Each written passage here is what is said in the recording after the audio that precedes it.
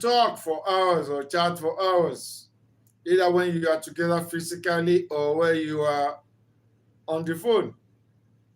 You have the chemistry. The physics also is working very well, the energy. And perhaps you already started planning your wedding. But wait, have you checked out some values that you are actually compatible for marriage? All these things may be there, but there are some values of life, some principles of philosophies that you hold there that you need to check out with your partner to see how well they align so that you can avoid stories that touch the heart when tomorrow comes. Have you checked whether you are actually compatible in this respect? So at this moment, I want to share some of these values so that you can talk it over with your partner, whether you are engaged, you are in courtship, you are dating, looking towards possibility of getting married, or you're already preparing for your marriage or your wedding. Please check out these things. It's better for you to be aware of them now so that if there are any difference, anything you need to smoothing over. They can't say when we get to the river, we cross it. That is not the wisest thing to do. If you have the opportunity to check, get adequate information about the river, you know whether you need to use a canoe, a boat, a ferry, or it's a river you can walk across or you can swim across. You need to know. Don't just do it blindly, especially in this age we are in. So love may bring two people together, but shared values like to keep them together. So before you say I do, here are some core values that are considered every intended couple should seriously examine. You are welcome to Nisinuga Reflection. You are meeting with your counselor, Counselor Nuga. And we believe that these values will add positively to your happiness, to your joy, your well-being, to your mental health.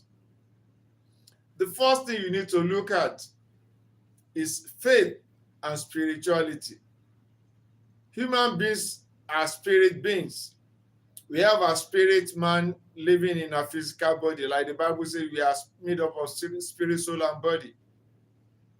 The body is just like the house, like the big computer. You have the computer casing. Then we have the engine inside, which are your anatomy. Then we have the software, which are the things you got, your thoughts, your emotions, and everything from the software, which make you run. And if the software is not right, if your emotions are not right, if your feelings are not right, if your mental health is not right, then there will be problem, big one later. And this is to help to prevent and avoid stories that touch the heart. That is the theme of this. Julia, you are welcome. Thank you. Hello, you. Yes, I'm Nuga, and I'm streaming from Nigeria, West Africa, one of the most blessed nations in the world. So what do you believe about God? What does your spouse and your friends believe about God? What do you believe about faith? What do you believe about worship? What do you believe about raising up of children? You don't necessarily have to be identical with your partner, but you have to have some shared values. And if there are any differences, you see how you can align them together to make for smooth running. Then we have character and integrity. Like they normally say that if you are getting a job, you are working at a career or profession, your cognitive value, your certificate, your training, your skills that you learn will get you the job. But to be able to maintain the job, even if you are a businessman, to be able to maintain your clients, you need character, what is now called soft skills. So the same thing in marriage. You may have the chemistry, you may have the phases. Chemistry talk about your hormonal game and so on. Physics talks about the energy. However, You need these values to help to maintain the relationship. So you ask yourself, can I trust? Do I like pizza? Yes. Pizza, very good. So can I trust this person's character? Is this person honest? Is he or she responsible? Is he or she faithful? Is he or she truthful? Somebody that tells you one thing in the morning and in the afternoon, say, did I actually say that? I didn't mean it that way. Somebody that promised something yesterday and today now say, remember what I said yesterday? I actually said that. I didn't mean that. It was an error, slip of tongue. So you cannot rely on his or her words. And if the chips are down, the person just give one excuse or the other to just take it as if it's nothing. Somebody that doesn't care about integrity, about honesty. You need to be watchful about that. What about the person's friendship relationship with the opposite sex? That's fidelity, quality, and social media relationships. So you need to don't assume that you both have the same definition of faithfulness. You need to put it on the table and discuss it over. Discuss it over. Jama Bailey, you are welcome. So the other one you have to look at is respect. Everybody deserves some level of respect, and respect goes deep. That means you appreciate my boundaries. You appreciate my personality for who I am. Whether I'm tall or short, whether I'm slim or on the plump side, whether I'm a fast talker or a slow talker, whether I reason fast or reason slowly, whatever my personality, you see me as I am, you expect me, appreciate me for who I am. So you ask, can you disagree with this person without being disrespected, without being insulted, without being taken that? How can you think that way? Are you sure you're okay? He said, what did I say that you're now trying? Oh, no. You know, you should be able to do critical thinking. You're insulting my intelligence. So can you disagree with such a person without being insulted directly or indirectly? Can you correct each other without experiencing any form of humiliation? Can you respect each other's opinion, boundaries, and dignity? These are some of the things you need to put on the table. So love without respect can become emotionally destructive. It brings so much pain. So respect should not be negotiable at all. Everybody deserves someone that doesn't respect your space, doesn't respect your person, doesn't respect your word, doesn't respect your opinion. That's a red flag for you. Then look at communication. That's another value that's very important in every relationship, especially one that is tending towards marriage. Remember, you want to live a life together. You want to build a home. You want to build a future together. Then if you cannot communicate well, if the person doesn't give you listening ear, or is always on the right side. So can you talk honestly about some difficult subjects? Can you talk about money?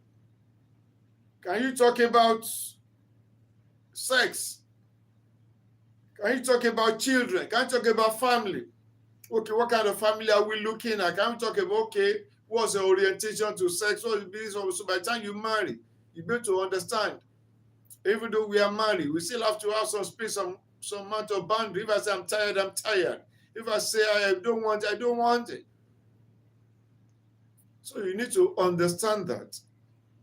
Then you need to understand what about career development. Not that somebody, after you've married, now say, yeah, you know me as before you married me. I'm a career person. And I do work online, I do work physically. And my work is highly engaging. I deal with humans, especially if you're in the medical field. And after you go, the very now tell you that, well, your work schedule is not pleasant for the home. I think you have to look for what job do I train as a medical, I train as a nurse, I train as a member for crying out loud, and this is the schedule of my work. Even if I open a pharmacy, no pharmacy closes before 7 o'clock. Because people that go to when they come back, they may need some medication, some drugs, and so on like that. And you're telling me, so what is that? So, what about faith and fear? So if you cannot discuss difficult things during courtship, you can be sure those things will be off the discussion table by the time you get married. So just take note. What about conflict resolution? This is extremely important.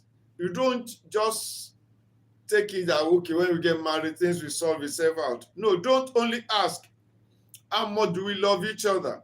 But ask, how do we handle disagreement? Do you shout?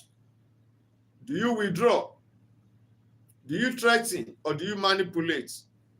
Or do you just listen, apologize, negotiate, or try to seek for solution, appropriate solution? These are things you need to work out. But somebody that is always aggressive, always loud, always want to hear his own voice, doesn't like to be corrected, incorrectible, an incorrigible person, then that's a red flag for you. So how do you handle family and extended family? Somebody that doesn't respect and honor his or her parents, his or her siblings, then you should also watch for that person to respect or listen to you. Like we have the saying in this part of the world, any human being that doesn't have any other person that can correct or call him or her to order, that person is a dangerous person you need to be aware of. So he doesn't respect or honor any person, then that person, so you need to be able to take note of that. Like we believe generally that your spouse should be the best person apart from God that can bring you to normalcy when you are when you are hungry. Like I said, in a part of the world, when something is wrong and a man needs to come there and say, do you have the number of his wife? Can you call his wife? Or can you call her husband? They believe that person should be able to help to maintain the solution or provide solution to the challenge. So what about financial values? So how do you view money? Spending of money, saving of money, borrowing, investing, giving, lifestyle.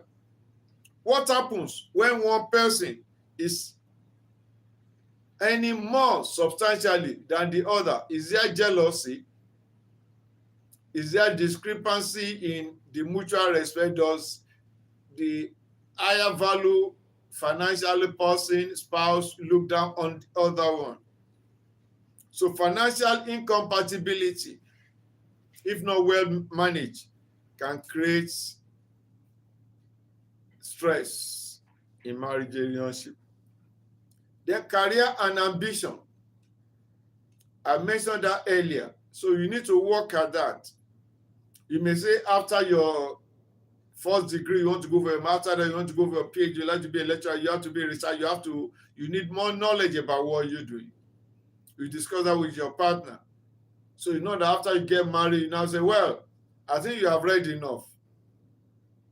What do you want to do with all these things? Please, help to take care of it, No.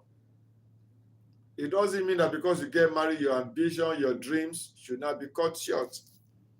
So what does success mean to each of you? Something we call in psychology and counseling self-actualization. What makes to be self-actualized? You want to first say fulfillment in your career, fulfillment in your chosen profession. You want to get to the peak, and to that you need to study, you need to work hard at it. So if your spouse is not someone that has that kind of drive, it may affect you negatively, and you don't want. So what happens if one person's career requires relocation, especially those that they have multinational, they have branches in different states of the country or in different cities, and because of your new promotion, they say you go and be the area manager in such and such a place, and your spouse say, no, you can't go. You can't go. Do you now turn down the promotion and they say, well, the position you are here, another person has filled it. It's either you go there or you turn in your papers. So all these things are the before you know your career, you know what your career involves, you know what your profession involves, you know the assignment, what is involved. So you need to know that. So what if the partner wants entrepreneurship while the other wants to maintain a stable job? You know, you have a dream. That like some people say, well, after working 5 years at this job or 10 years at this job, at least I would like to be on my own. In that case, I'll be the master of my own destiny. And every effort I put in, I know what dividend to expect. So what that? So you need something you need to discuss. These conversations belong in courtship, not after the wedding. After the wedding, it may become. So Bailey, you are welcome. Thank you once again for reflecting with me in Sinuga Reflection. Please, if you have not subscribed to my channel, please subscribe so that we can continue to discuss and reflect together on issues that affect the heart and what others that things that affect our relationship. Everybody is in one relationship or the other. That's why I like that song, Lean on Me.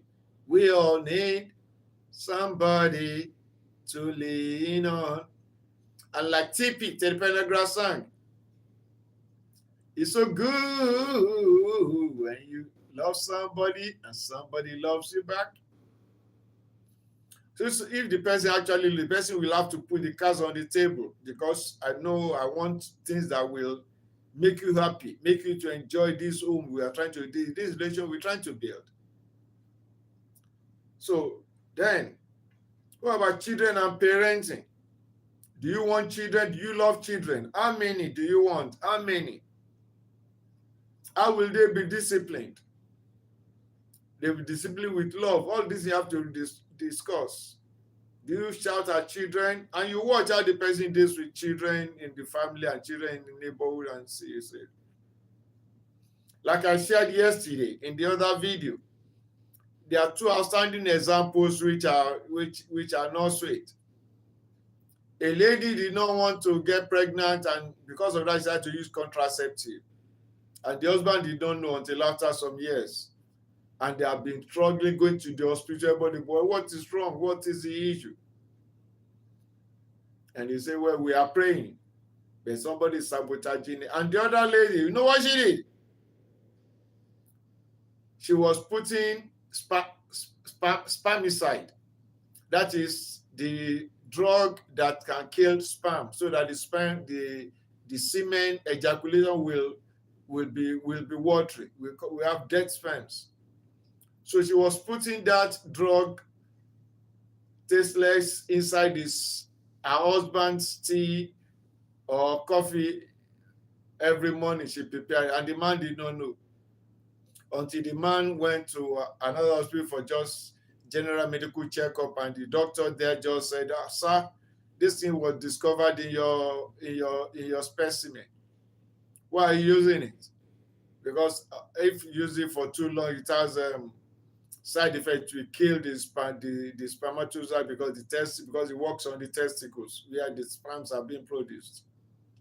The man was shocked. He said, what? Until now discovered, the wife had not to say, hey, because I didn't want to. I know that if I told you that I don't want to get pregnant because I still want to maintain my figure, because of nature of my work, because of that. Then you'll have told me, I will have known what to do. So that is very, very important. So please, these are just some of it. We'll continue. I still have about 12 more to share. But we'll share that one next week. I don't want the video to be too long or this sharing time, because I know you have some other things to do. So thank you for listening. Please check out these things. It's very important. Your joy, your happiness are very important. Take good care. Check out this value with your spouse. It's better for you to know now. To marry and be separated and having divorce is not a palatable experience at all. It's not. Go and check anybody that has gone through separation and divorce. No, none of them. Nobody ever liked it. The circumstances push them. So to prevent that, please do. Thank you. God bless you.